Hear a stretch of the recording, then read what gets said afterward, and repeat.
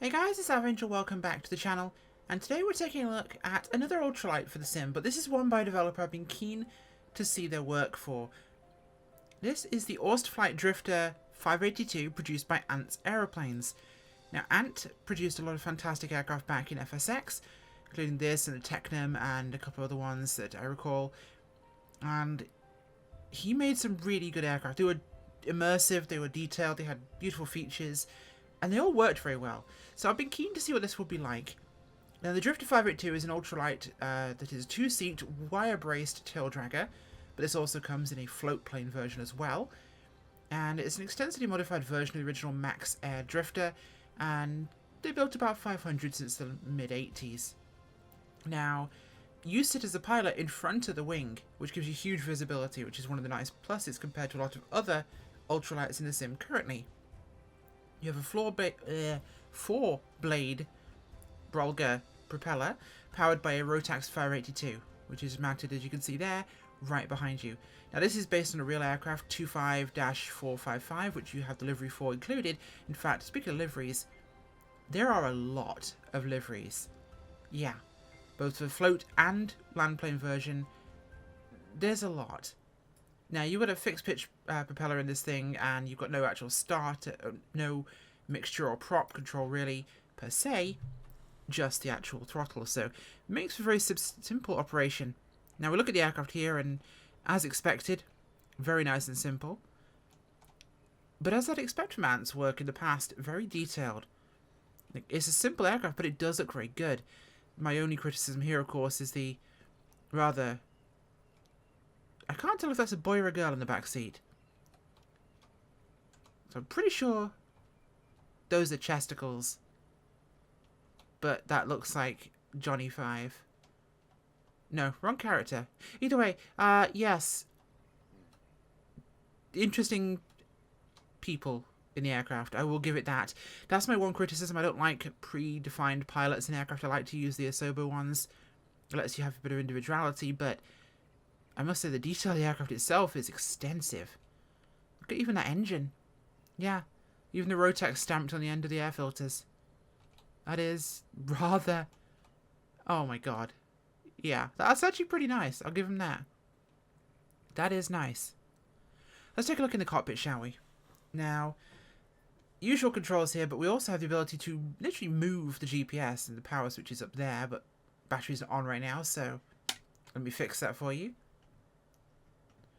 We have a number of hidden click spots, including, I believe... There we go, that's our actual GPS system, or sorry, our tablet, giving us controls. So we have things like the pilot, passenger, Coleman units, windscreen reflections, which we can turn on and off, which is useful. I kind of like them. Screw it. We can turn the GPS on and off. The wheel covers can be turned on and off. Let's put some chocks on, shall we? Put tie downs on, a pitot cover, and engine cover. So where's our pitot cover? It's probably on one of the... wherever the pitot is. There they go, down below the cockpit. And of course we've got the tie downs, all the other features we wanted. The wheel pants have been taken off there as well. Actually quite like that. It's simple little things, but I think it makes a difference. So let's turn all these off again. We'll put the wheel covers back on, in fact. And the chocks off. Now, we will go to the second page. We've got things like an autopilot, which not realistic in the slightest, but a bit like when they made the Lightning. That had a tablet that had a function for it. So for those long flights where you don't want to sit there having to watch it for every moment of the day, you can use an autopilot to make your life easier in VATSIM, for example, with a transponder. So, very useful to have. And there's a number of debug pages showing you various versions and features, which is useful to have, in case you're curious. So, useful little tools there. And we've got a radio for us here.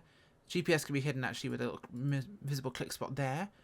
And I'm pretty sure there is another one around here somewhere for the windows, but it's hard to find. Oh, there's our pitot cover. We just click on the pitot and cover it up, which is very useful. Those are our mags, which are also essentially our ignition.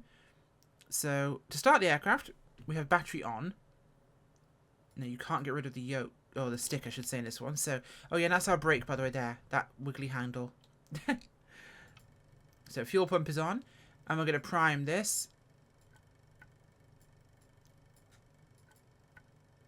Give it a few dabs of primer. Master's on for the battery. Not a very complicated aircraft. Actually have to turn the mags on here.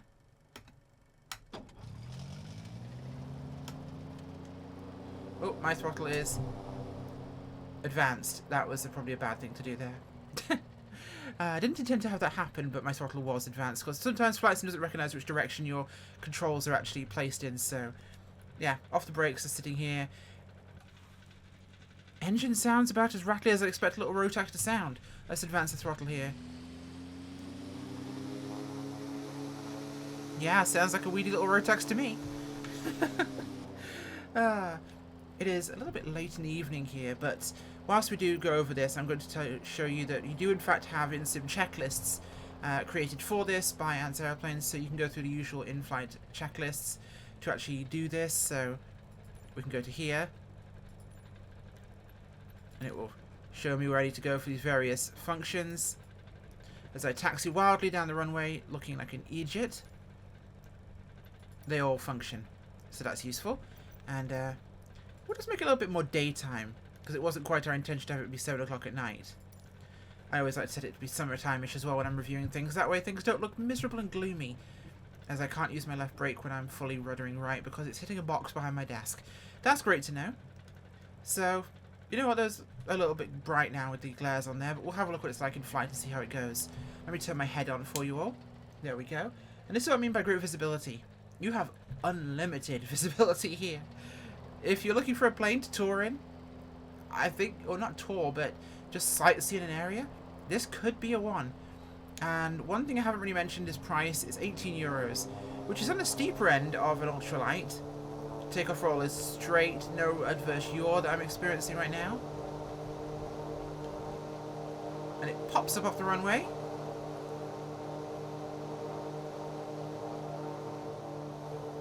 Really, really easy there. Very, very easy. In fact, you know what? I don't like that reflection, so there are still some, but it's dramatically reduced, I think, is the whole point. So, you know what? I'll give him that. That is much, much, much cleaner. But look at this visibility. This is insane. It's like I'm flying a canoe. I genuinely feel like I'm flying a canoe right now. Like, I'm not in an aeroplane, I'm in a canoe. And it's actually not too far wrong, really, considering you're two behind two. In this tiny little thing, completely exposed to the world, fluttering around. Yeah, flying a canoe is not a terrible actual analogy for this aircraft, but I gotta say I quite enjoy the visibility compared to a lot of the other ultralights we've got in the sim. If you want something just for sightseeing, this isn't bad at all. I mean, you've got definite ability to see anything you want to.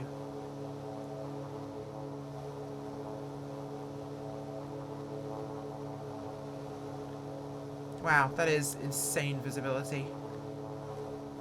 Just everywhere. Nothing really apart from this lower little bit in front of you. Not bad at all.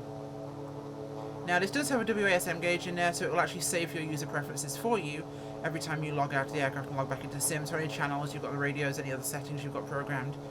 Of course, this is based on the default Garmin ARIA system in the sim, so it's a simple GPS you should all be used to and know. Man, this is crazy. Like, I can see so much. Flying wise, it is so easy, so gentle, and that little bit of string you see there on the cockpit, that is literally your indication there. This is some bog standard simple ratchet ultralight flying sort of territory of avionics there. It's a bit of string to tell you if you're yawing or not. So we've got a bit of yaw on there, so we'll give it a bit more. Bit of pedal just to straighten that up. There we go. Fly true. There we go. It feels like I'm actually, even though I'm flying true, it feels like it's moving a little bit, so there we go. A little bit off. Either way, overall, really gentle aircraft and very, very, very forgiving. Now, from what I read in the manual, this comes with a very extensive manual, by the way. which is weird. You get some really complex aircraft with no manual, and you have aircraft like this with an extensive manual. So, typical approach for these kind of aircraft is pilots will go back to idle on the throttle, and they'll do a glider approach. If they're too high, like we are right now, they'll cross controls and slide it in with a side slip, which is what I'm doing right now, just losing some altitude real quick. Shouldn't need any power unless I get too low. Just drift it back towards the center line as we come down. In fact, you know what? I think we're pretty much okay there on our altitude, so I'll just level her up and bring her on in. Oh, somebody must have been taken off when they got the footage, because there's a plane down there, or it's a seaplane. I don't think I've had a chance to appreciate the approach here to Orcas Island before in any other aircraft, so this is nice. And I will say, idle, it's very quiet. And I am going to come up a little short here, so we'll give it a little bit of power just to kind of cruise us in. We did start out quite a distance away. There we go. Little bit of a slipperoony to the side. Just to drop us on the centre line there. And we should come down nice and easy. Now I know people complained in the Twin Otter review about the displaced threshold here, so despite the fact we're only testing, for your sake I will make sure I respect the displaced threshold. I was trying to do a short takeoff test or landing test there, so it was more of a principle of how far will I go. But right now, there we go. Displaced threshold and numbers. We'll arrest this descent a little bit.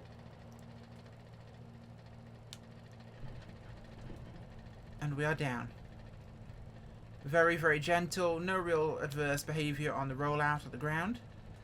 Very disconcerting landing this when you're so close to the front. Very hard to judge your angle when you're coming in to flare the aircraft. But not particularly difficult either. Really, really gentle. Really forgiving. And you know what? I think I may have actually found my favourite ultralight for this sim.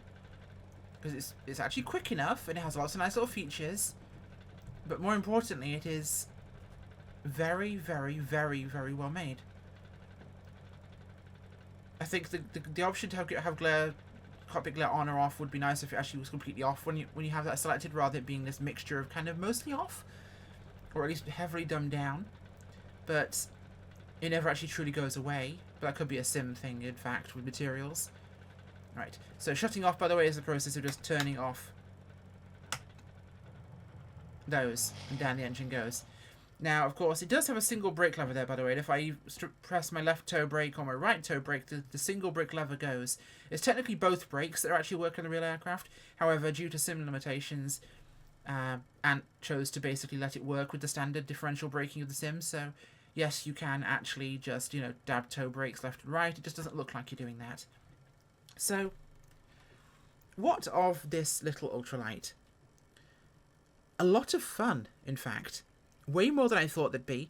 I thought, well, it's an ultralight. I've reviewed a few of these in the past, and they're alright, but this one's actually reasonably fun. You've got 2 fuel tanks, so a decent range. You've got ballast tanks. It's a tail dragger. There's a float version, so 2 full models, and plenty of liveries. And honestly, the only reason I'd want to fly an ultralight is for sightseeing and enjoying an environment. And with a view like this from the cockpit, that is amazing. I think my only criticism / letdown is the ambiguous passenger and the very Thunderbird's plastic-looking pilot. Oh no, that is a lady, I'm pretty sure. Yeah, but they both look a little bit either plastic mannequin in a department store or serial killers displayed victims. I can't decide which. But that's my only criticism of the aircraft, to be honest. Otherwise, I really like that. I will toss this a solid 9 avs out of 10. Losing 1 for the passenger and the pilot. They just don't... I think they look a little bit fake, to be honest, in this Aero sim. Otherwise, really nice aircraft if it's something you're into. If you're interested in an ultralight, especially one for just sightseeing, of all the current ones out, I would totally give this some thumbs up. So thank you for watching, and I'll see you all next time. Bye.